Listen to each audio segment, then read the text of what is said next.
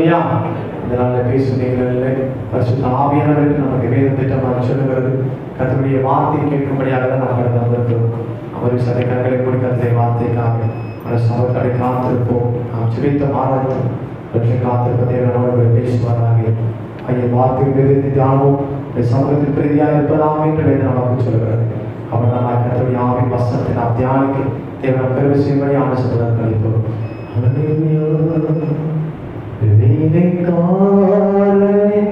கண்கள் ஏஜமாய் கண்கள்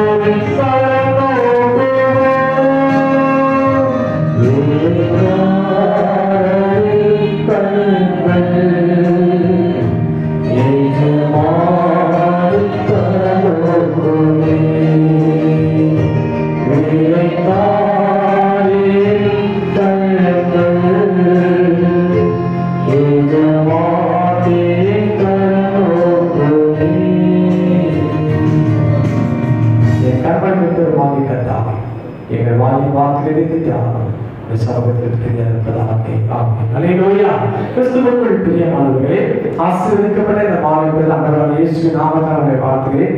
எல்லோரும் திருப்பிக் கொள்ளுங்கள். யோனாவின் தீர்க்கதரிசன புத்தகம் 4ஆம் அதிகாரத்தில் 1-2 வசனம் வாசிப்பது சொன்னால் 4ஆம் அதிகாரம் 1-2 வசனங்கள்.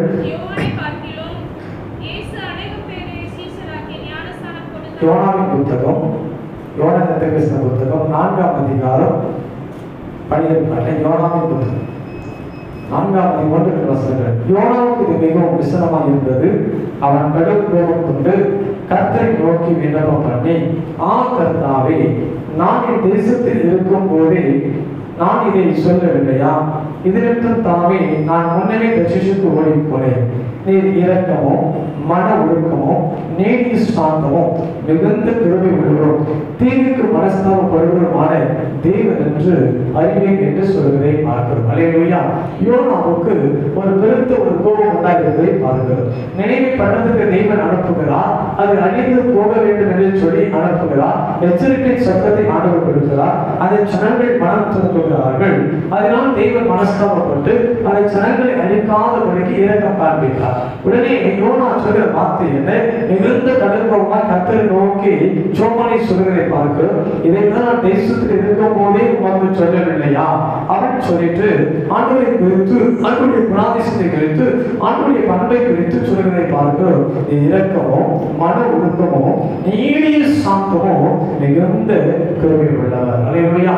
நாம் ஆராதிக்கிற ஆண்டவருக்கு ஒரு ஆழத்துவம் கொடுக்கப்படுவதை பார்க்கிறோம். அவருடைய குணாதிசயத்தை குறித்த ஒரு ஆழத்துவம் எல்லா மனுஷனுக்கும் ஒரு ஆழத்துவம் கொடுக்கப்பட்டிருக்கிறது.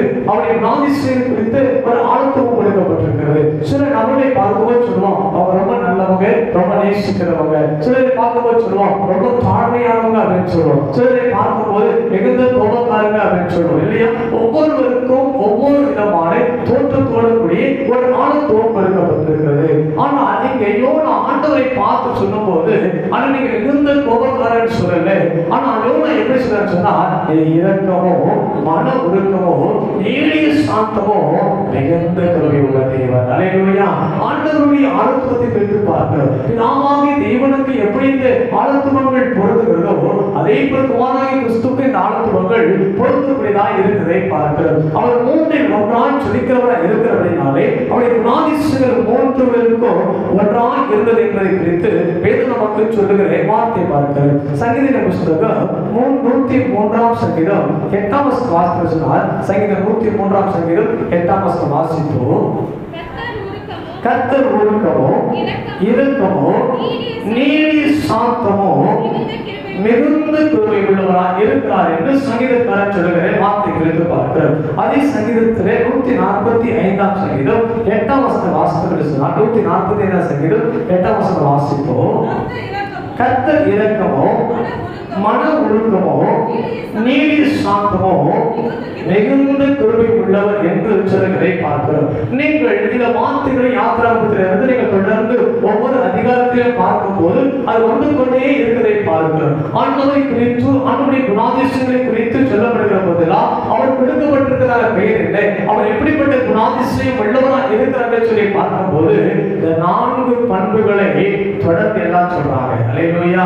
நீங்க 4ஆம் புத்தகத்தில் வாசித்தாலும் அது வருகிறது, ஏசாயாவில் வாசித்தாலும் அந்த வார்த்தைகள் வருகிறது, நெகேமியாவின் புத்தகத்தில் வாசித்தாலும் அது வருகிறது, எசேக்கியேல் புத்தகத்தில் வாசித்தாலும் அது வருகிறது, அதை பார்க்கும்போது நாகூமின் புத்தகத்தில் வாசித்தாலும் வருகிறது. அப்ப எல்லா இடத்திலும் ஆண்டவர் கூட ஆளுத்துவத்தை அத்தனை தீர்க்கதரிசிகளும் அத்தனை வேதத்தை எழுதியிருக்கிற ஆக்கியர்களும் அத்தனை பரிசுத்தவான்களும் ஆண்டவரை அறிந்திருக்கிற விதங்கள் எப்படிப்பட்டதாக இருக்கிறார்கள் சொன்னா, அவர் பயங்கரமானவர் தான், அவர் பயங்கரத்தில் மகத்துவம் உள்ளவர் தான், அவர் பட்சிக்கிற அக்கறையா இருக்கிறவர் தான். ஆனால் அதற்கு நடுவிலே அவருடைய குணாதிசயத்தை சொல்றாங்க, நீங்க ரொம்ப இரக்கமுள்ளவர். அல்லேலூயா. நன்றான தேவச்சனமே, அந்த இரக்கம் தான் இதுவரைக்கும் நம்மை காத்துக் இருக்கிறது. அல்லேலூயா. அவர் இரக்கமுள்ள தேவனாய் இருக்கிறார். அவருடைய இரக்கத்தினால்தான் இன்னைக்கு நீங்களும் நானும் கைவிடப்படாமல் இருக்கிறோம். அவருடைய இரக்கத்தினால்தான் நாம் அழிக்கப்படாமல் இருக்கிறோம். அவருடைய இரக்கத்தினால்தான் இதுவரைக்கும் நாம் மறக்கப்படாதபடிக்கு தெய்வம் நம்மை பாதுகாத்துக் கொண்டு வருகிறார். இந்த 4 விதமான நிலைகளை பண்புகளை பார்க்கும்போது எல்லாம் ஒன்றோடு ஒன்று இணைந்து இருக்கிறது. இரக்கம் இடத்துல கட்டாயம் மன ஒழுக்கம் இருக்கும் இல்லையா? மன ஒழுக்கம் இடத்துல கட்டாயம் என்ன இருக்கும்? சாந்தம் இருக்கும். சாந்தம் என்ன இருக்கும்? தயவு இருக்கும். அல்லேலூயா. அப்ப எல்லாம் 4க்கும் இணையாக ஒன்றுக்கொன்று ஒற்றுமையா இருக்கக்கூடியதானே வார்த்தைகளாகவே காணப்படுவதை குறித்து நாம் பார்க்கிறோம். உபாகமத்தில் பார்க்கும்போது அவனாக இருக்கும்போது சொல்றாரு, உபாகமத்தில் 4ஆம் அதிகாரம் 31 வாசிக்கலாம். உபாகமம் 4:31. உன் தேவனாகிய கர்த்தர்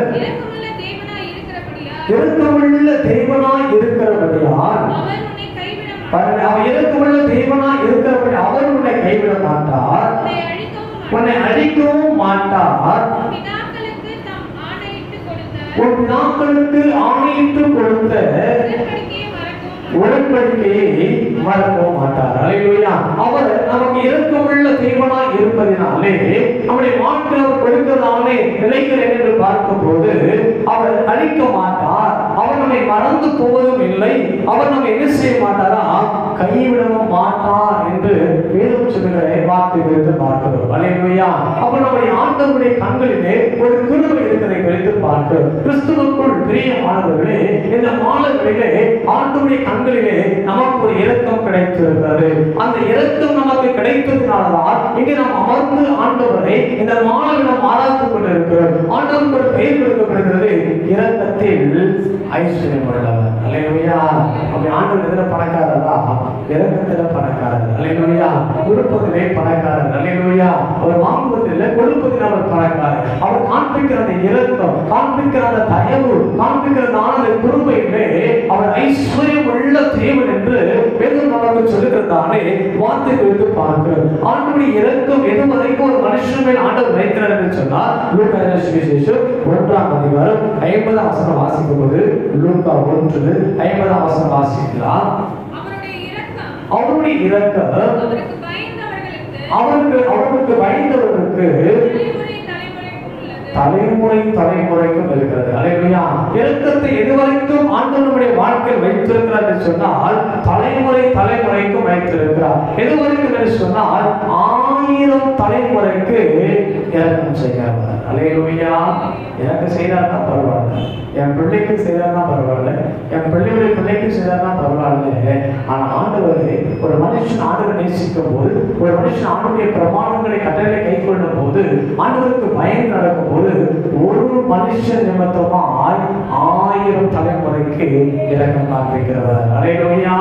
அந்த அந்த இரக்கத்தில் ஐஸ்வர்யமுள்ள ஆண்டவரை தான் இந்த மாநில தெய்வச்சனமே நீங்களும் நானும் ஆராதிக்கும்படி வந்திருக்கிறோம். அந்த இரக்கத்தை நம்மை வைத்திருக்கிற அந்த நல்ல ஆண்டவரை தான் ஆராதிக்கும்படி வந்திருக்கிறோம். இதனால் யோனாவுக்கு மிகுந்த கோபப்படுகிறது. நீ இரக்கமுள்ளவராய் இருப்பதனாலதான் நீங்க யாரை அழிக்க முடியல, நினைவு சின்னங்களை அழிக்க முடியல என்று சொன்னால், நினைவு சின்னங்கள் இஸ்ரவேல் ஜனங்களுக்கு விரோதமானவர்களாக இருந்தார்கள். அசரியாவுடைய பட்டணம் தான் இந்த நினைவு பட்டணம் நாம் அறிந்திருக்கிறோம். அசரியர்கள் இஸ்ரவேலுக்கு அருவருப்பானவர்கள். அடிக்கடி அவர்கள் யுத்தம் செய்வார்கள். மற்றொரு யுத்தம் செய்யும் போது அவர்களுக்கு இணைந்து கொண்டு யுத்தத்துக்கு வருகிறவர்களாய் காணப்படுகிறார்கள். அதனால்தான் யோனாவுக்கு மிகுந்த கோபம், எப்படியாவது இந்த பட்டணமானது அழிக்கப்பட வேண்டும் என்று விரும்பினார். ஆனால் ஆண்டவர் அவர் என்ன செய்தார் சொன்னார், எல்லாரும் அவருடைய சாயலை உருவாக்கி வைத்திருக்கிறபடினாலே இரக்கம் காண்பித்து அழியாதபடிக்கு தீனுக்கு மனஸ்தாபப்பட்டார். அல்லேலூயா. கிறிஸ்துவுக்குள் பிரியமானவர்களே, அவர் இரக்கம் உள்ளவராக இருப்பதனால் நமக்கு கிடைக்கிறதான நன்மை என்னன்னு சொல்லி பார்த்தோம் என்று சொன்னால், ஆதியாகமம் புத்தகம் 19ஆம் அதிகாரத்தை என்னோடு திருப்பிக் கொள்ளுங்கள். நாம் யாவருக்கும் தெரிந்ததானே ஒரு மிகப்பகுதியை பார்க்கிறோம். ஆண்டவருடைய சோதகுமாராய் இருந்ததானே ஒரு பட்டணத்தை அழிக்கும்படியாய் ஆண்டவர் அங்கு நினைக்கிறதை குறித்து பார்க்கிறோம். ஏன் சோதகுமாரா பட்டணம் அழிக்கப்பட வேண்டும் என்று சொன்னால், அது பாவம் நிறைந்திருக்கிற பட்டணம். அல்லேலூயா. அங்கே ஓரின சேர்க்கையில் சொல்லப்பட்டதானே அருவருப்பான காரியங்கள் அவர் நடப்பித்ததினாலே தேவ சமூகத்திலே அந்த பாவங்கள் நிறைவானது. அந்த பாவங்கள் தேவ சமூகத்தில் போய் எட்டினபடினாலே ஆண்டவர் அதை அழிக்க விரும்பினார். அழிக்க நினைக்கிற போது அங்கே ஆபிரகாமுடைய சகோதரர் இருக்கிறதாலே லோத் அங்கே வாசம் பண்ணி கொண்டிருக்கிறார். ஆபிரகாம் அங்கே ஆண்டவரோடு கூட பேசுவதான வார்த்தை குறித்து பார்க்கிறோம். அநேக காரியங்களை பேசி முடிச்சுட்டு போயிடலாம். ஆபிரகாம் என்னன்னா அங்கே லோத் இருப்பதினாலே அந்த பட்டணமானது அழிக்கப்படக்கூடாது. அல்லேலூயா. கிறிஸ்துவுக்குள் பிரியமானவர்களே, இதெல்லாம் நடந்து கொண்டுதான் இருக்கிறது. ஆனால் கர்த்தர் அந்த பட்டணத்தை அழிப்பதிலே அவர் உறுதியாக இருக்கிறார். நினைவு பட்டணத்தில் இரக்கம் காண்பித்த ஆண்டவர் இந்த பட்டணத்துக்கு இரக்கம் காண்பிக்கலையா? சோதம் பட்டணத்துக்கு இரக்கம் காண்பிக்கவில்லை. அல்லேலூயா. ஏன் இரக்கம் காண்பிக்கவில்லை சொன்னால், அங்கே தேவனுக்கு பயப்படக்கூடிய பயம் இல்லை. அது மாத்திரமல்ல, தேவ சமூகத்தில் மீண்டும் மனம் திரும்பி ஆண்டவரோடு ஒப்புரவாக அனுபவம் அவருடைய வாழ்க்கை இல்லாது இருப்பதினாலே ஆண்டவர் ஜனங்கள் மனம் திரும்பாத ஜனங்கள், துணிகரமான பாவத்தை செய்கிற ஜனங்கள் என்பதை அறிந்திருக்கிறபடினாலே ஆண்டவர் ஜனங்களை அழிக்கும்படியாக விரும்புகிறார். அவர் அழிவிருப்பதினாலே காலம் எல்லாம் ஆயத்தமாகி கொண்டிருக்கிறது. அழிக்கக்கூடிய நேரங்கள் வந்து கொண்டிருக்கிறது. இப்போ 2 தூதர்கள் லோத்தையும் அவன் குடும்பத்தையும் துரிதப்படுத்திக் கொண்டிருக்கிறாங்க. லோத்துக்கு ஆபிரகாம் நிமித்தமாய் கிருபை கிடைத்திருக்கிறபடினாலே இப்போ லோத் அவரை புறப்பட்டு போக வேண்டும். ஆனால் லோத் என்ன செய்கிறார் சொல்லி பார்க்கும்போது, ஆதியாகமம் புத்தகம் 19ஆம் அதிகாரத்திலே வாசிக்கலாம் 14ஆம் வசனம் சொல்கிறது, அவன் தாழ்த்து கொண்டிருக்கும் போது கர்த்தர் அவன் மேல் வைத்து இரக்கத்தினாலே. அல்லேலூயா. அவர் லேட் பண்ணிட்டு அவரால் எழுதி வர முடியல. அந்த பட்டணமானது ஆசீர்வாதமா இருந்ததினாலே அதை விட்டு வருவதற்கு மனம் இல்லாது அந்த பாவம் நிறைந்திருக்கிற அந்த பட்டணத்திற்குள்ளே, சாபம் நிறைந்திருக்கிற அந்த பட்டணத்திற்குள்ளே இந்த லோத் நேரங்களை அழித்துக் கொண்டிருக்கிறார். இன்னும் பிழைத்து விழுக்கிற நேரத்திலே ஆண்டவர் அந்த பட்டணம் முழுவதுமா எதனால் அழிக்க போகிறாரா? கந்தத்தினாலும் அக்கினாலும் அழிக்க போகிறார். அல்லேலூயா. இன்னைக்கு பெருந்தொற்றினால் அநேக தேசங்கள், அநேக நாடுகள், அநேக மாநிலங்கள் அழித்துக் கொண்டிருக்கிறது. பாவம் பிறகு கர்த்தர் கிருபை கொடுத்தாதான் அந்த கிருபையும் போக்கடிக்கிற போது மரணங்கள் உண்டாகிறது. அல்லேலூயா. அப்படியானால் வேதம் சொல்கிற வார்த்தை பார்க்கிறோம். ஆனால் ஒரு நீதிமான் நிமித்தமாய் ஆண்டவர் லோத்தை அழிக்காதபடிக்கு அவர் தாமதம் பண்ணி கொடுத்தாலும் கூட அவ்வளவு பெரிய தேவன் யாருக்கு இரக்கம் காண்பிக்கிறாரா? லோத்துக்கு இரக்கம் காண்பிக்கிறார். அல்லேலூயா. என் அன்பான தேவச்சனமே, லோத்து பெரிதான ஒரு மனிதன் அல்ல. அது லோத்து பெரிதான ஒரு மனிதன் அல்ல. லோத்து தினந்தோறும் ஆண்டவரோடு உறவாடுகிற ஒரு மனுஷன் அல்ல. ஆனால் ஆபிரகாம் நிமித்தமாய் ஒரு இரக்கம் எனக்கு கிடைத்திருக்கிறபடினாலே இப்போ ஆண்டவர் லேட் பண்ணிட்டு இருக்க சொல்லிட்டு வேகமாய் கரங்களை பிடித்துக் கொண்டு போய் வெளியே விட்டார். வெளியே விட்ட பின்பு கிழக்கு விழுக்கிற நேரத்தில் பரலோக கர்த்தர் கந்த அக்கினியினாலே பட்டணத்தை சுட்டெடுத்து போட்டார். அல்லேலூயா. நோவாவின் நாட்களிலே அந்த தேசம் உலகம் எப்படி அழிந்ததா? தண்ணீரினால் அழிந்து போனது. 2ஆம் சோதகுமார பட்டணம் பாவத்தினால் எப்படி அழிந்து போனதா? கந்தக அக்கினியினாலே அது அழிந்து போனது என்று சொல்லி பார்க்கிறோம். அன்பான தேவச்சனமே, அன்றைக்கு எப்படி தாமதித்து கொண்டிருந்தாலும் கூட லோகத்துக்கு ஆண்டவருடைய கண்களிலே ஒரு கிருபை கிடைத்தது போலதா 2020ஆம் ஆண்டு முதல் கொண்டு 2021ஆம் ஆண்டு வரைக்கும் நாம் ஆண்டவருக்கு உண்மையான நாட்கள், ஆண்டவரை தொழாத நாட்கள், ஆண்டவருக்கு தூரம் போன நாட்கள், பரிசுத்தம் இல்லாத நாட்கள், விசுவாசத்திற்கு விலகி போன நாட்கள் இருந்தாலும் கூட நாம் சில பேர் ஆண்டு சமூகத்தை காத்திருக்க ஜெபிக்கும் போது கர்த்தர் ஆதிக்கொண்ட அந்த அன்பின் இரக்கத்தினாலே அவரை ஜீவனை காத்து வந்திருக்கிறார். அல்லேலூயா, அல்லேலூயா. எனக்கு இரக்கம் இல்லைன்னா நாம இல்லை. அவன் சொல்லுங்களேன், லோத்துக்கு எப்படி ஒரு இரக்கம் கிடைத்து அத்தனை ஜனங்கள் அழிவு நடுவில் லோத்துக்கு எப்படி ஒரு இரக்கத்தை கத்தர் அவருடைய கண்களை காண்பித்து லோத்தையும் அவன் குடும்பத்தை கத்தர் பாதுகாத்தோ அதே தேவன் தான் இன்றைக்கும் நம்மையும் கூட அவருடைய கண்கள் கிடைத்த இரக்கத்தினாலே பாதுகாத்துக் கொண்டிருக்கிறார். அல்லேலூயா. இதுதான் ஒரு காரியம் என்று எத்தனையோ இன்ஜெக்ஷன் போடுறாங்க, கோவிட் போட்டுதான் இருக்கிறாங்க. ஆனா இன்ஜெக்ஷன் பண்ணுறது என்ன வருது? பிறந்தொற்று வரலையா? அப்படித்தான் இருக்கு. இல்லை நாட்களை பார்த்து ஒரு டாக்டர் 3 முறை இந்த 2 அந்த ஊசி செலுத்து போற 2 ஊசி போட்டாரு. ஆனா இது வரைக்கும் அவருக்கு 3 முறை வந்திருக்காருன்னு சொல்லி கருதப்படுறாங்க. அல்லேலூயா. நன்பான தேவச்சனமே, அதற்கு நடுவிலும் நம்மை பாதுகாப்பதற்கு ஒன்றே ஒன்றுதான், அவர் இரக்கமுள்ள தேவன். அல்லேலூயா. அந்த இரக்கம் நம்மை வைத்திருக்கிறபடினால்தான் எல்லா தீங்குக்கும் விலக்கி காப்பீர் என்று நமக்கு வாக்குரைத்த தேவன் எல்லா தீங்குகள் வந்தாலும் துன்பங்கள் வந்தாலும் இந்த உலகத்தை அழிக்கும்படியாக தேவன் சித்தம் கொண்டிருந்தாலும் இந்த உலகத்துடைய வாதங்கள் எல்லாம் உலகத்தில் வந்து ஜனங்கள் அழித்துக் கொண்டதாக கூட எனக்கு இந்த மூலையிலே ஒரு சிறிய கூட்டமாக இருக்கிற நமக்கு கர்த்தருடைய கண்ணில் கிடைத்த கிருபையினாலே ஜீவனோடு கூட இருக்கிறோம். அல்லேலூயா. இரண்டாவதாய் பார்க்கும்போது ஆண்டவர் கொடுக்கப்பட்ட இரண்டாவது பெயர் என்ன?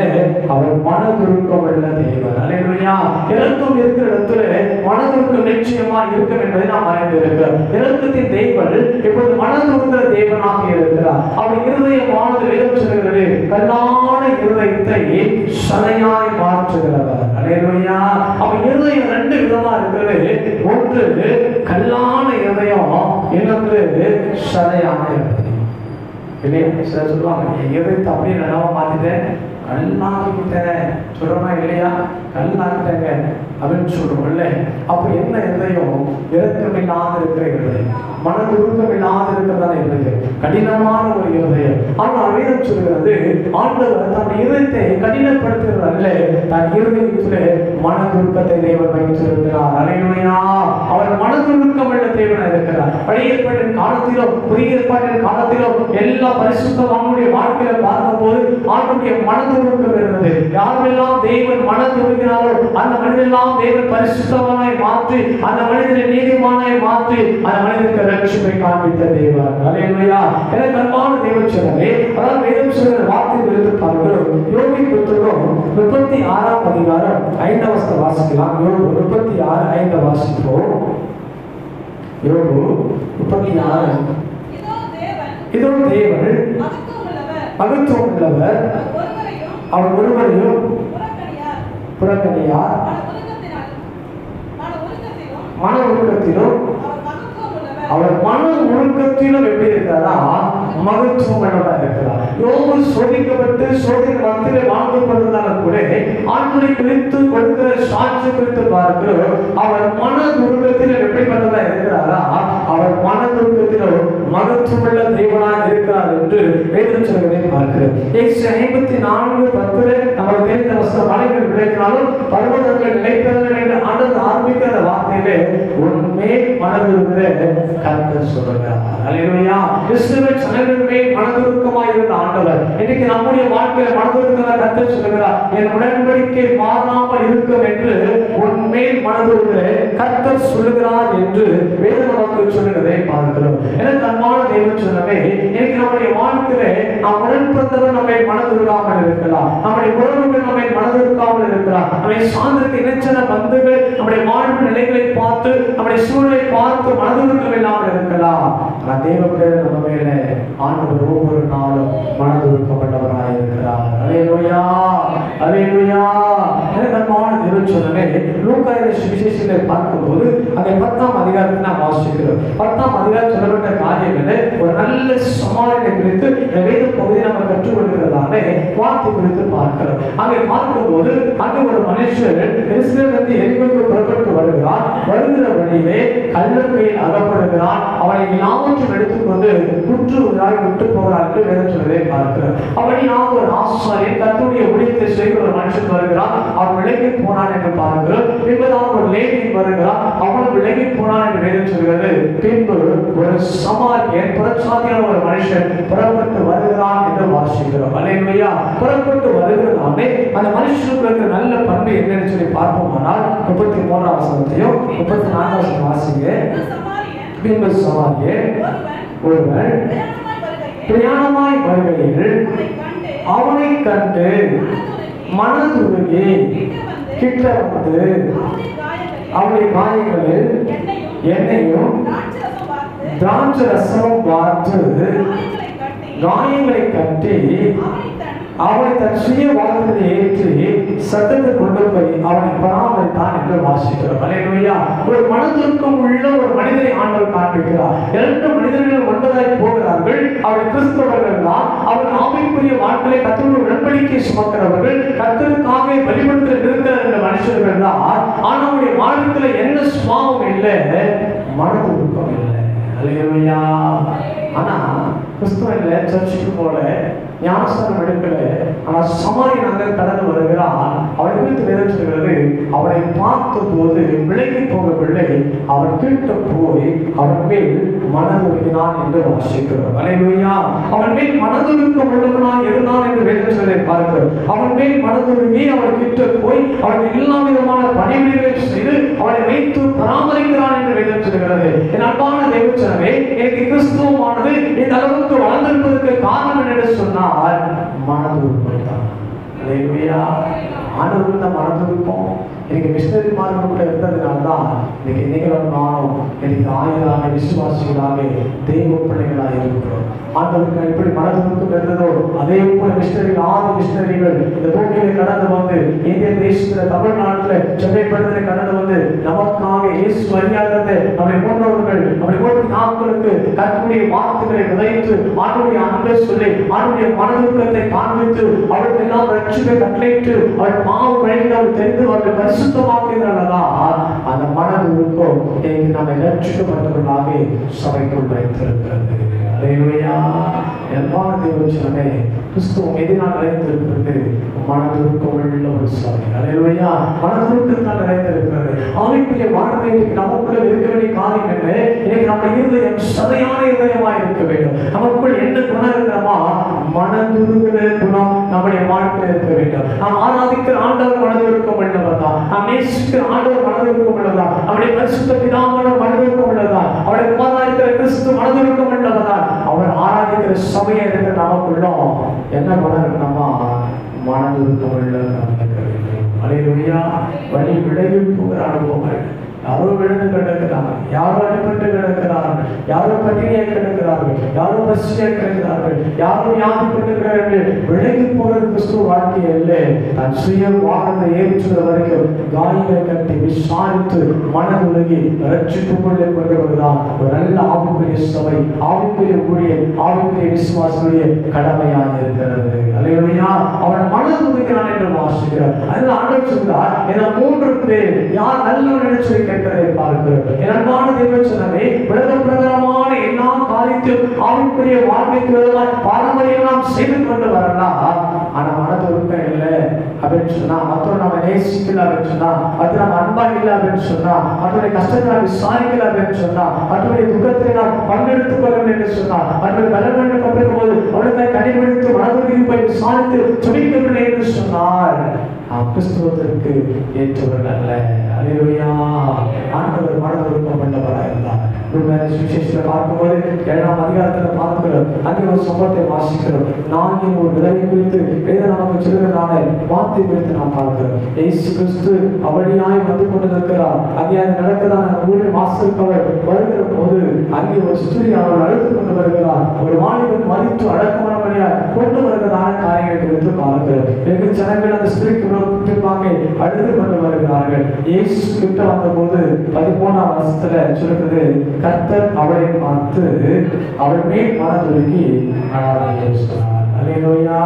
அத்தனை ஜனங்களுக்கு நடுவிலே, அத்தனை ஆதரவுக்கு நடுவிலே இயேசு கிட்ட வருகிறார். அவள் மனதுருக்கம் விசேஷித்தமாக இருக்கிறது. அவளுடைய கண்ணீரை காண்கிறார். எதற்காக அழுது என்பதை அவள் அறிந்திருக்கிறார். அவருடைய வேதனை என்பதை அவள் அறிந்திருக்கிறார். இதற்கு நம்முடைய வாழ்க்கை நிலை என்பதை அவள் அறிந்திருக்கிறபடினாலே அந்த ஸ்திரீடத்தில் வந்தபோது முதலாவது அவளை கல்வி நிறுத்தும்படியாக ஆண்டவருடைய மனதிற்கு சொல்லுகிறார், ஸ்திரீயே அழாதே. அல்லேலூயா, அல்லேலூயா. அதே மாதிரி நாம் மரியா கல்யாணம் இயேசு நாமம் சொல்லும் போது அழுது கொண்டிருக்கிறார். அழுகிற அவரை பார்த்துக்கிறார், ஸ்திரீயே ஏன் அழுகிறார்? அவன் என்ன அர்த்தம்? ஆண்டவருக்கு அழுதா பிடிக்கிறார். அல்லேலூயா. ஏன் அழுகிறார்? கடிதத்தோட என்ன விஷயம் அப்படின்னு கேட்கிறார். அழாதே ஆண்டவர் சொல்வதை பாருங்கள். அதை லாஸ்ட் மறித்து போய் எல்லாரும் அழுகிறார்கள். ஆறு கலங்கி அவரும் அழுகிறார் என்று வேத நமக்கு சொல்லுகிற வார்த்தை குறித்து பார்க்கிறோம். அவர் மனதுருகி அந்த ஸ்திரீயை பார்த்து சொல்லுகிறார், நீ அழாதமா, ஏன் அழுகுன்னு எனக்கு தெரியும், என்ன துக்கம் என்பதை நான் அறிந்திருக்கிறேன், இதற்கு பின்பு நடக்கும் நிலை என்பதை அறிந்திருக்கிறேன், உன் வாழ்க்கை இழப்பு உன் துயரம் என்று நான் அறிந்திருக்கிறபடினாலே நான் மனதுருக்க உள்ள தேவன் என்பதை வெளிப்படுத்தும்படியாக மறித்து போன வாய்ப்புகளை உயிரோடு கொடுத்தார். அல்லேலூயா, அல்லேலூயா. அவர் மனதுருக்கம் என் காயங்களை கட்டும். அல்லேலூயா.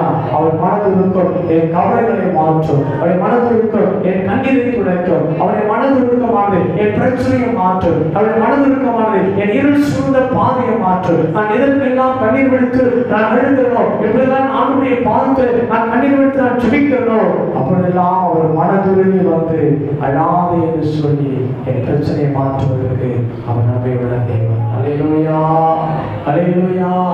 அவர்கள் சொல்வது அவர் மனதுருக்கம் உள்ள தேவனாக இருக்கிறார். மூன்றாவதாக ஆண்டவர் கொடுக்கப்பட்ட மூன்றாவது பேர் என்னன்னு சொன்னால் அவருக்கு நீடிய சாந்தம், நீடிய பொறுமை உள்ள தேவன். அல்லேலூயா. மிக கடினமான ஒரு பிரார்த்தனையோ பொறுமை. அல்லேலூயா. என்னமான தேவன் சொன்னவே ஆண்டவரை குறித்து அவருடைய ஆத்துவத்தை குறித்து மூன்றாவது கொடுக்கப்பட்ட வார்த்தை பாருங்கள். அவர் இரக்கமுள்ள தேவன், அவர் மனதுருக்கமுள்ள தேவன். மூன்றாவதாக அவர் நீடிய சாந்தமுள்ள தேவன். அல்லேலூயா. இந்த கடைசி காலத்துல உலகத்துல யாரை பார்க்க முடியல அப்படின்னு சொன்னா சொல்லுங்களேன், சாந்தமுள்ள சாந்தம் என்று பெயர் வைத்தாலும் என்ன இருப்பதில்லை, சாந்தம் இருப்பது. சாந்தம் கொள்ளுபவர்கள் பூமியை சொந்தரித்துக் கொள்வார்கள். அப்ப கஷ்டமான ஒரு காரியம் இல்லை. அப்ப சாந்தமா இருந்துட்டாங்கன்னு சொன்னா என்ன பண்ண முடியும்? பூமியை சொந்தரித்துக் கொள்வார்கள். அப்ப சாந்த குணமானது ஒவ்வொரு ஆவிக்குரிய வாழ்க்கையில் இருக்கிற தெய்வ பிள்ளைகளுக்கும் தேவை. நம்முடைய ஆண்டவர் பட்சிக்கிற அக்னி என்று படியிருப்பதை நம்ம வாசிக்கிறோம் இல்லையா? அவர் அக்னி இறைக்கிற தேவன், அக்னியால் சுத்தரித்த ஆண்டவர், அவர் எரிச்சல் உள்ள தேவன் என்று நாம் சொல்கிறது. ஆனாலும் அவர் கொடுக்கப்பட்ட பெயர் என்ன சொன்னால் அவர் நீடிய சாந்தம் உள்ளவர், நீடிய பொறுமை உள்ளவர். அல்லேலூயா. எல்லா மனுஷனும் அவர் அழிக்க நினைச்சார்னா நாம் செய்கிற ஒவ்வொரு தவறுக்கும், ஒவ்வொரு பாவத்திற்கும், ஒவ்வொரு அநியாயத்திற்கும் நமக்கு தீர்ப்பு வரணும் அப்படின்னு சொன்னா, நமக்கு முடிவு வரணும் அப்படின்னு சொன்னா நம்மளாம் எப்போ செத்து போயிருக்கோம். அப்படித்தானே? ஆனா பாருங்க, அவர் இரக்கமுள்ள தெய்வம், மனதுருக்கிற தேவன், அவர் நீடிய பொறுமை உள்ளவராக இருக்கிறார். அல்லேலூயா. அவருடைய பொறுமை தான் இஸ்ரவேல் ஜனங்களை குறித்து வேதத்தில் வாசிக்கிறோம். அவர் எகிப்து தேசத்தில் அடிமைப்பட்டிருந்தார்கள். எகிப்து தேசத்திலே அடிமைப்பட்டிருந்த அவர்களை ஆண்டவர் மீட்டு கொண்டு வருகிறார். அவர்களை இறக்கம் வைத்து அவருடைய கஷ்டத்தை மாற்றும்படியால் பாலும் தேனும் ஓடுகிற தேசத்திற்குள்ளே கொண்டு வரும்படி ஆண்டவர் நினைக்கிறார். எல்லாம் புறப்பட்டு வராங்க. 40 வருஷம் நடத்தி கொண்டு வருகிறார். ஆனா வேதம் சொல்வது 40 வருஷமும் ஆண்டவரை முழுவதும் கொண்டே இருந்தார்கள். அல்லேலூயா. ஆண்டவர் விதமாக பேசிக் கொண்டுதான் இருந்தாங்க. காலை கேட்டாங்க, காலை கொடுத்தார். அவர்களுக்கு வானத்தை தூயருடைய மன்னாவை ஆண்டவர் கொடுத்தார். அவர்களுக்கு கஷ்டமான தண்ணீர், அவர்களுக்கு மதுரமான தண்ணீராக மாறான தண்ணீரை அவர்களுக்கு மாற்றி கொடுத்தார். அவருடைய வஸ்திரங்கள் பழமையை போகவில்லை, அவருடைய பாதரட்சங்கள் தேர்ந்து போகாமல் நடத்தி கொண்டு வந்தார். பாருங்கள், இதெல்லாம் நடத்தி கொண்டு வருகிற ஆண்டவர் அவள் அறிந்திருந்த கூட ஆண்டவருடைய சத்தத்தை கேட்டு அவளுக்கு பிரமாணங்கள் எல்லாவற்றையும் தேவன் கொடுத்த பின்போ மோகத்தில் வரும்போது பேசினாங்க. இருக்கிற ஆலோசனை தண்ணி இல்லை. உடனே மோசைக்கு ஒருவர் என்ன பண்றாங்க? மோசையை கல்லெறிபடியே நினைக்கிறார்கள். மோசை ஆலோசனை எங்கிட்டு கேட்கும் அவன் உண்மை உள்ளவ, அவன் பூமி எல்லா மனுஷனும் எப்படின்னா சாந்த குணமா இருந்த மனுஷனை கோபக்காரனாய் மாற்றினார்கள். வேதம் சொல்கிறது அவன் தண்ணீர் கேட்கும் ஆண்டு பேசுறது போது என்ன பண்ணாரு? அடித்தான்னு வாசிக்கிறோம். உடன்படிக்கை பெற்று ஆண்டு அழகாக கற்பனையிலே 10 கற்பனை ஆண்டு கொடுத்திருக்கிறார். அதை கொண்டு வரும்போது ஜனங்கள் வழி போய் பொன் கண்டுக்கூடிய வழங்கி கொண்டிருக்கும் போது அதை போட்டு உடைத்தான் என்று வேதம் சொல்கிறதை பார்க்கிறோம். அல்லேலூயா. ஆனாலும் தேவன் அந்த ஜனங்களுக்கு ஒவ்வொரு நாளும் நீடிய பொறுமை உள்ளவராக, மிகுந்த சாந்தம் உள்ளவராக, அடிக்கடி ஆண்டவர் கோபப்பட்டாலும் கூட அந்த கோபம் தணிந்து அந்த கோபத்தை மறந்து அந்த ஜனங்களை 40 வருஷங்கள் கிருபையாய் நடத்தி கொண்டு வந்தார். அல்லேலூயா, அல்லேலூயா.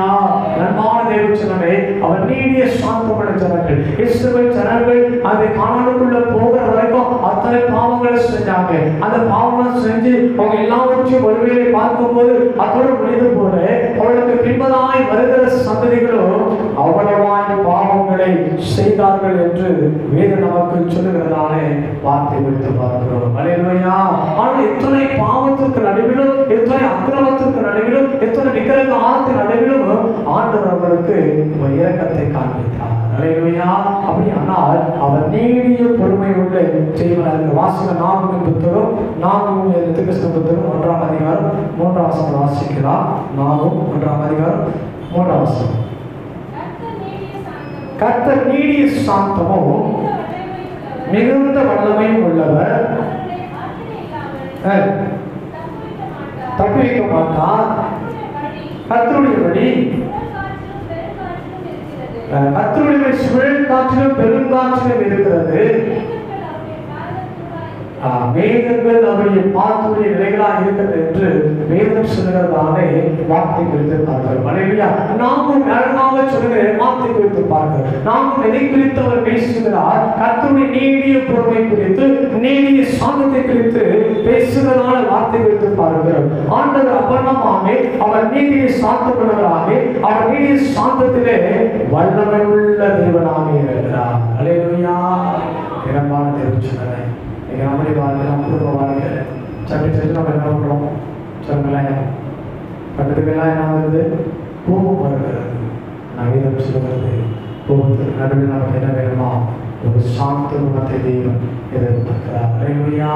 வாசிக்கலாம் 2 பேதுரு 3 அதிகாரம் 9 வசனம் வாசிக்கலாம். 2 பேதுரு 3 அதிகாரம் 9 வசனம். 2 பேதுரு 3 அதிகாரம் 9. தாமதிக்கிறவர் சிலர் எண்ணுகிறபடி கர்த்தர் தம்முடைய வாக்குத்தத்தத்தை குறித்து தாமதமாய் இராமல், ஒருவரும் கெட்டு போகாமல் எல்லோரும் மனம் திரும்ப வேண்டும் என்று விரும்பி நம்மை நீடிய பொறுமை உள்ளவராக இருக்கிறார். அல்லேலூயா. நீங்கள் என்ன சொன்னாங்க? தாமதிக்கிறார் என்று எண்ணுகிறபடி கர்த்தர் தாமதமாக இராமல் நம்மை ஒரு நீடிய பொறுமை உள்ளவராக எதற்காக இருக்கிறாரா? ஒருவரும் கெட்டு போகாமல் நித்திய ஜீவனை பெற்றுக்கொள்ளும்படியாக. அல்லேலூயா. ஒருவரும் கெட்டு போகக்கூடாது. ரட்சிக்கப்பட்டு நாம் மாத்திரம் பரலோகத்துக்கு போன ஆண்டு நினைச்சிருந்தாருன்னா எப்போ ஆண்டுடைய வருகை இருந்திருக்கும். ஆனால் எதிர்ச்சுகிற காரியம் என்ன? இந்த உலகத்திற்கு அத்தனை மனிதர்களுக்கும் 700 கோடி மக்களுக்கும் ஆண்டவர் கிருபை கொடுக்கிற தேவனாக இருக்கிறார். அவளுக்கும் தேவன் ஒரு தர்மத்தை கர்த்தர் கொடுத்திருக்கிறார். அவளுக்கும் தேவன் ரத்தம் சிந்திருக்கிறபடினாலே அவர்களை மீட்படைய வேண்டும், அவர்களை நித்திய ஜீவனை பெற்றுக்கொள்ள வேண்டுவதற்காக தேவன் ஒரு வாய்ப்பு கொடுத்திருக்கிறபடினாலே அவர் வாக்குத்தத்தத்தை குறித்து அவர் நீடிய பொறுமை உள்ளவராக இருக்கிறார். அல்லேலூயா. அல்லேலூயா. சீக்கிரமா வந்துட்டீங்கன்னா ரொம்ப எதிர்க்க நினைக்கிறீங்க. அவருடைய சீக்கிரமாக எல்லாமே எதிர்க்க நினைக்கிறேன் சொல்லுங்களேன். அல்லேலூயா. வருகை சீக்கிரமாக நன்றாயிருக்கும் நாம் நினைக்கிறோம். ஆனால் ஆண்டுடைய நோக்கம் என்ன? ஏன் ஆண்டு நிலைகளிலே மக்களுடைய வாழ்க்கை இறக்கத்தை காண்பித்திருக்கிறார்? ஏன் ஆண்டு இன்னுமாக பொறுமையாக இருக்கிறது சொன்னால் ஒரே ஒரு காரியத்தான், ஒருவரும் கெட்டு போகக்கூடாது. அல்லேலூயா. பரலோகம் நரகம் காலியாக மாற வேண்டும். அது ஆண்டுடைய நோக்கம். சாத்தானுக்கும் அவன் சேனைக்கும் உண்டாக்கப்பட்ட நரகத்திலே தாம் சாயலால் உருவாக்கப்பட்ட ஜனங்கள் போகக்கூடாது என்பது தேவனுடைய விருப்பமாக இருக்கிறது. அது சாத்தானுக்கு உருவாக்கப்பட்டிருக்கிறார். சத்துருவாயிருக்கிற சர்வமாயிருக்கிறார். பிசாசுக்கு உண்டாக்கப்பட்டிருக்கிற நரகம் அது அவருடைய சாயலால் உருவாக்கப்பட்ட மனுஷனுக்கு அல்ல. அதற்கு மனுஷர் பிசாசினால் வஞ்சிக்கப்பட்டு நரகத்தை நோக்கி ஓடிக்கொண்டிருக்கிறார். ஆனாலும் கர்த்தர் அப்பேற்பட்ட மக்களுக்கு ஒரு நீடிய பொறுமையோடு கூட ஒரு தரத்தை கதர் கொடுத்திருக்கிறார். அல்லேலூயா. ரத்தம் மோடிக்கும் உண்டு. அல்லேலூயா. அவர்களுக்கும் உண்டு. அல்லேலூயா. குடியரசுக்கும் உண்டு. அல்லேலூயா.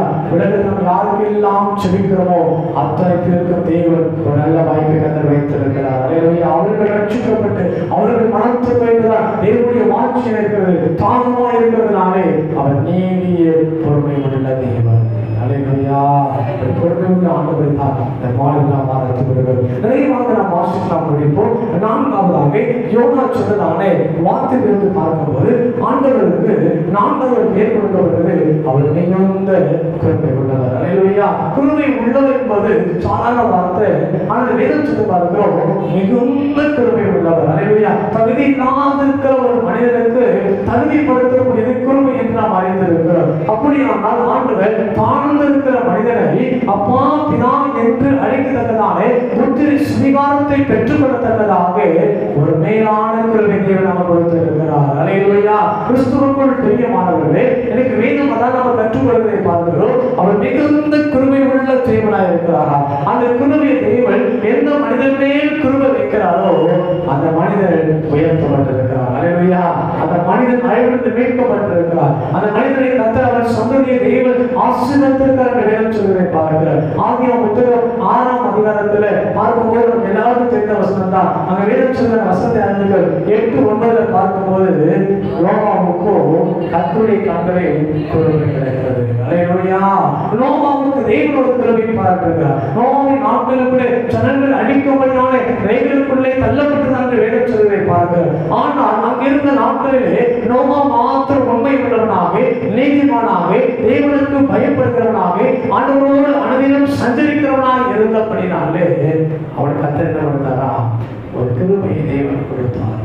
அந்த கிருபையினாலே அத்தனை அழிந்த நடுவிலே ஒரு பிள்ளைக்குள்ளே நோவாவும் அவன் மனைவி பிள்ளைகளும் அவனோடு நிரூபிச்சுள்ளோ கல்யாணம் படிக்க தேவன் பாதுகாத்துக்கொண்டார். அல்லேலூயா.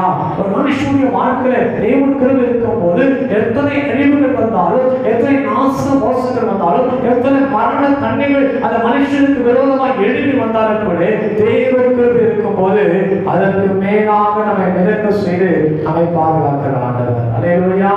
எதற்கான தேவன் சொன்னவே ஒவ்வொரு நாளுடைய கிருபைகள் புதியவர்களாக இருக்கிறது. எனக்கு காலையிலும் புதிதாக இருக்கிற மிகுந்த கிருபை உள்ள ஆண்டவரை நோக்கி நீங்களும் நானும் ஒவ்வொரு நாளும் ஜெபம் பண்ணும் போது அவருடைய கிருபைக்கு காத்திருக்கும் போது அவருடைய கிருபை நாம் பெற்றுக் கொள்கிற போது எத்தனை அழிவுக்கு நடுவிலிருந்தோ நம்மை விலக்கி நம்மை பாதுகாப்பதற்கு தேவன் அவர் கிருபை உள்ளவராக இருக்கிறார் என்று வேதம் சொல்கிறதாலே வார்த்தை குறித்து பார்க்கிறோம். அல்லேலூயா.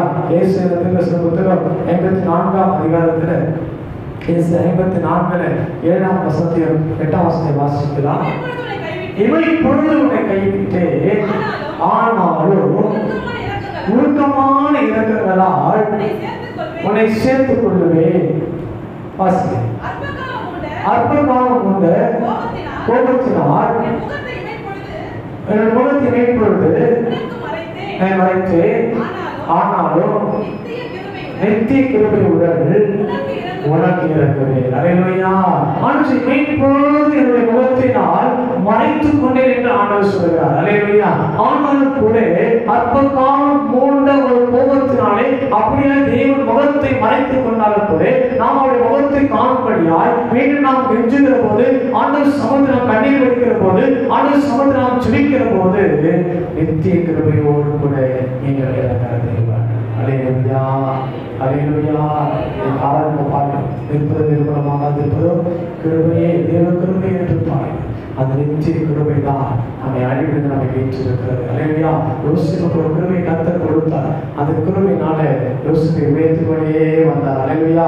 சிறைச்சாலைக்குள்ள இருந்தாலும் அங்கு ஒரு கிருபை இருந்தது. அல்லேலூயா. ராஜாவின் அரண்மனைக்குள்ள போனாலும் அங்கு ஒரு கிருபை இருந்தது. அப்பா வீட்டில் செல்ல பிள்ளையா இருக்கும் போது அங்கு ஒரு கிருபை இருந்தது. அந்த கிருபை நாளுக்கு நாள் பெருகிக் கொண்டு வர யோசிப்பை எகிப்துக்கு அதிபதியாய் மாறி போனார். அல்லேலூயா. இவர்கள் கிருபையாக சுத்தமாக இருக்கிறனோ அவர் மேல் நான் எப்படி இருப்பேன், கிருபையாக இருப்பேன் என்று வாக்கு வைத்திருக்கிறார். அன்பான தேவச்சனமே, என் ஜனங்கள் தங்களுக்கு வருகிறதாலே கிருபையை போக்கடிக்கிறார்கள். ஆண்டவர் மிகுந்த கிருபை உள்ளதால் அன்றைக்கு கிருபையை பெற்றுக் கொள்வதற்கு காத்திருக்கிற ஜனங்கள் மிக குறைவாக இருக்கிறார்கள். ஆனால் வேதம் சொன்னது ஒரு குடும்பத்தை எப்படி நாம் நடத்துறோம்னா கிருபையினால நடத்தணும். அல்லேலூயா. எதமான அப்படிதான் சொல்றோம். கிருபையை ஆண்டவர் 2 சேர் கொடுத்தார்.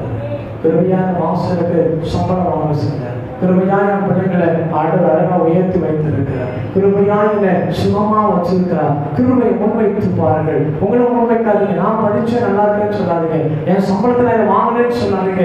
கிருபையாய் தேவன் எனக்கு 2 பிள்ளைகளை கொடுத்திருக்கிறார். கிருபையை நல்ல கணவரை கொடுத்திருக்கிறார். கிருபையை நல்ல மனைவி கொடுத்திருக்கிறார். கிருபையை நல்ல வாழ்க்கை கொடுத்திருக்கிறார். கிருபையினாலே நல்ல சுகத்தை கொடுத்திருக்கிறார். அந்த கிருபையை நீங்கள் கொண்டாடுங்கள். கர்த்தர் உங்கள் மேல் வைத்திருக்கிற அந்த கிருபைக்காக நீங்கள் காத்திருப்பதை பெற்றுக் கொள்ளுங்கள். கர்த்தருக்கு காத்திருக்கிறவர்கள் புது பலனை கிருபையினால் அடைத்துக் கொள்வார்கள். அந்த கிருபை உங்களுக்குள்ள இருந்துச்சுன்னா, கர்த்தருடைய கிருபை உங்கள் மேல முழுசு நிறைவேறுச்சு அப்படின்னு சொன்னா, நீங்க நம்முடைய வாழ்க்கையில எதை வாழ சொல்லுங்க, கர்த்தருக்கு கிருபையாய் கொடுத்தாங்க. அல்லேலூயா. கிருபை நம்மளை உயர்த்தும், கிருபை நம்மளை தாங்கும், கிருபை நம்மளை சுமம். அல்லேலூயா. என் கால்கள் செலுத்த சொல்லும்போது அந்த கிருபைகளை தாங்கி நினைவுபடுத்தும் ஜனங்கள் அழிவுள்ளா போயிட்டாங்க. அந்த ஜனங்களுடைய பாவங்கள் தேவ சமூகத்தில் போயிடுச்சு. யோனா போக மாட்டேன்னு சொல்றாரு. ஆனால் ஆண்டவர் அவரை கட்டாயப்படுத்தி அனுப்புகிறார். யோனா போயிட்டு ஒரே நாள் 3 நாள் பிரயாணம், ஒரு நாள் பிரயாணம் போய் ஒரே ஒரு பிரசங்கம் தான் பண்றான். அப்பா அம்மா ஆண்டவர் கோபமா இருக்கிறார். 40 நாட்களில் இந்த பட்டணத்தை ஆண்டவர் அழிக்க போகிறார் என்று ஒரு செய்தி சொல்லுவதை பாருங்க. ஒரே ஒரு பிரசங்கம் கண்டிப்பாக அவங்க பார்த்துட்டான். ஆனால் வேதம் சொல்லுகிறது, அந்த ஜனங்கள் மனசுக்காமப்பட்டார்கள், கண்ணீர் வடித்தார்கள், உபவாசம் பண்ணினார்கள். ஆண்டவருடைய அழிவுக்கு யாருக்கு தெரியும்? கர்த்தர் ஒருவேளை மனஸ்தாபப்பட்டு ஒருவேளை நமக்கு மன்னிக்கலாம் என்று சொன்னார்கள். அந்த ஒரே ஒரு வார்த்தையினாலே தேவன் அவர்களுக்கு கிருபை பாராட்டினார். அல்லேலூயா. ஆண்டவர் ஒரு கிருபையை காண்பிக்கிறார். அந்த கிருபையை காண்பித்து, இரக்கத்தை காண்பித்து, அவள் மேல மனதுருகி ஒரு நீடிய பொறுமை ஆண்டவர் வச்சதுனாலதான் அந்த ஜனத்தில் 1,20,000 பேர் மரித்து போகாமல் உயிரோடு பாதுகாக்கப்பட்டார்கள். அல்லேலூயா. கர்த்தர் மேல ஒரு கிருபையை வச்சிருக்கிறார். அல்லேலூயா. இன்றைக்கு எத்தனையோ ஜனங்களுக்கு நடுவில், எத்தனையோ பணக்காரர்கள் மரித்திருக்கிறவர்கள், எத்தனையோ பேர் வியாதி படிக்கிற இன்றைக்கு இருக்கிற நிலையில ஒரு கிருபை ஒன்னில்லாத இருக்கிற நமக்கு எத்தனையோ பலவீனத்தின் மத்தியில அந்த கிருபை நமக்கு சுகத்தை கொடுத்திருக்கிறது. அல்லேலூயா. வானத்தை வச்சாரு. அதை கோபப்பட்ட ஆண்டவர் பார்த்துருக்காங்க. என் தேசத்தில் இருக்கும் போது நான் அவனுக்கு சொல்லலையா, இறக்கமுள்ள தேவன், மனதுருக்கம் உள்ள தேவன், நீங்க நீடிய சாந்தமுள்ள தேவன் என்று சொல்லி அன்பு பாசம் மிகுந்த கருவிகளாக இருக்கிறேன், நீ அடிக்க மாட்டேன் சொல்வதை பார்க்க நினைக்கும். இந்த நாளில் நம்ம சிவரிச்சமாக அன்றைக்கு இந்த நாட்களில் எப்பொழுதும் நிறுத்தமாக எங்கள் தேசங்கள் பயந்து கொண்டிருக்கிறது. இன்னும் 3ஆம் ஆண்டு வறுமையோடு பயந்து கொண்டிருக்கிறது. அவன் சொல்லுகிற விளைவுக்காக அவரை இரக்கமும் மன ஒழுக்கமும் நீடிய சாந்தமும் மிகுந்த கருவிகள் என்னை எங்கள் தேசத்தில் அழிக்காதபடிக்கு என் பாதுகாத்து. அல்லேலூயா. நினைவுபடுத்தி வைத்த அந்த மனது இருக்கும், நினைவுபடுத்தி காண்பித்த அந்த இறக்கம், நினைவுபடுத்தி நீடிய பொறுமையுள்ளவராக இருந்தது போல, மிகுந்த கருவியுள்ளதாக இருந்தது போல எங்கள் தேசத்தில் எங்கள் பட்டணத்திற்கு எங்கள் ஜனங்களிலிருந்து பாதுகாத்துக் கொள்ள என்று நாம் சொல்லிப்போம். தேவ நிச்சயமாய் நம்மை பாதுகாத்து ஆசீர்வதிப்பாராக. ஆமென். நாளில் யாராச்சும் இறக்கம் மன ஒழுக்கம் நீடிய சாந்தம் மிகுந்த கிருபை உள்ளது. அதை மோசிச்சொல்களை குறித்து பாருங்கள். சங்கீதக்காரன் அதே வார்த்தையை சொல்லி ஆண்டுடைய நல்ல பண்புகளை குறித்து பேசுகிற வார்த்தை நாம் அறிந்திருக்கிறோம். இன்னைக்கு தேவன் இந்த மாணவர்கள் நம்மோடு பேசினார். நகை இறக்கம் மனது ஒழுக்கம் நீடிய சாந்தம் மிகுந்த கிருபையுள்ளதாக இருக்கிறபடினாலே அவருக்கு நல்ல சொல்லி ஆண்டவரை ஸ்தோத்திரம் பண்ணுவோம். ஸ்தோத்திரம் ஸ்தோத்திரம் ஸ்தோத்திரம் ஸ்தோத்திரம் ஸ்தோத்திரம் ஸ்தோத்திரம் ஸ்தோத்திரம். ஒரு சில கரங்களை உயர்த்தி தேசத்துக்காக நம்ம உச்சம் ஆண்டவரே, இந்த தேசத்துக்கான இறக்கமாக இருங்க ஆண்டவரே. ஸ்தோத்திரம் ஆண்டவரே, மனதுருக்கமாக இருங்க ஆண்டவரே. நீடிய சாந்தம் மிகுந்த கிருபையாக ஆண்டவரே. அவருடைய 3ஆம் மலைக்கு ஆண்டவரே தேசத்துக்காக இருப்பார்கள். பிறந்தவற்றை அடையாளம் தெரியாமல் மறைந்து போகிறார். மீண்டும் பள்ளிகள் பிறகு அவர்களுடைய எதிர்காலங்கள் பாதிக்கப்படுகிறது. எத்தனை பேருடைய தொழில்துறைகள் பாதிக்கப்படுகிறது. எத்தனையோ ஆசிரியர் பணிகள் வேலைகள் பாதிக்கப்பட்டிருக்கிறது. எத்தனையோ முதியவர்கள் வெளியே போக முடியாத நிலைகளுக்கு நாம் அறிந்திருக்கிறோம். மனுஷன் எல்லா பிரச்சனையும் அறிவிச்சோம். ஆண்டவரே எங்கள் தேசத்து மேலே போகிறப்பா ஸ்தோத்திரம். இறக்கத்தை காட்டி ஆண்டவரே ஸ்தோத்திரம். அன்றைக்கு லோகத்தை பாதுகாத்தது போல எங்கள் தேசத்தையும் குடும்பத்தையும் நீங்கள் பாதுகாத்துக் கொள்ளாத தமிழ்நாட்டில் விசேஷத்தை பெறுவதற்கையா அடிக்கடி ஆணை கதவுகள் அடைக்கப்படுகிற காரியங்கள் ஆண்டவரே நீ நடக்காதபடி தேவ குருவ தேவ வல்லமை வெளிப்படும் சோமன் ஆண்டு சொல்லுங்கள். அவருடைய மகிமை இறங்க தேசத்திற்கு ஆண்டவரே ஸ்தோத்திரிக்கிற ஹல்லேலூயா. விசாலமான வழியை கர்த்தர் வைக்கிறாங்க. ஜனங்கள் பயந்து பயந்து வாழ்கிற வாழ்க்கை வேண்டாம். ஆண்டவரே கிருபையா இறங்கப்பா. தேசத்தில் பாவம் கரைகள் நீங்க போகட்டும், விக்கிரகாரங்கள் நீங்க போகட்டும். ஆண்டவரே ஸ்தோத்திரிக்கிற எல்லா சுத்த ஆவி ஆண்டவரே ஒழிந்து போகட்டும். எல்லா மாம்சத்திலான பாவங்கள் இச்சைகள் விபச்சாரங்கள் வேசிதாரங்கள் கொலைபாதகங்கள் ஆண்டவரே குடி பழக்கங்கள் போதை வஸ்து எல்லாம் இயேசு நாமத்தில் கழிந்து கொள்கிறோம். இந்த தேசத்துமே நன்மை வாசமா இருக்கட்டும். பரிசுத்த ஆவிய தேசத்துமே அசைவாடுவதாக இவைகள் குமரி வரைக்கும் கல்மாறு கொடி பறக்கட்டும் ஆண்டவரே. அப்பா நீங்க ஒழுங்கு சொல்லினா நீங்க பாதுகாத்துக் கொள்ளுங்க. பிரதமருக்கு ஆண்டவரே சாந்தவர்களுக்கு ஞானத்தை கொடுங்க ஆண்டவரே. அவங்க ரட்சிக்கப்பட மனம் திரும்ப தேவ வல்லமையின் நாட்களில் ஊற்று விடுவதாக நாம் துதிக்கிறோம். ஹல்லேலூயா. அதிகமாக நேசிக்கிறாங்க தேவனே. இந்த மாணவர்களுக்காக நம்ம துதிக்கிறார்கள். நீங்க இரக்கமுள்ள தேவன், மனதுருக்கமுள்ள தேவன் ஆண்டவரே. நீடிய சாந்தமுள்ள நாம் தியானித்து மிகுந்த கிருபை உள்ளவர், தீர்க்க மனஸ்தாபப்படுகிற தேவன்.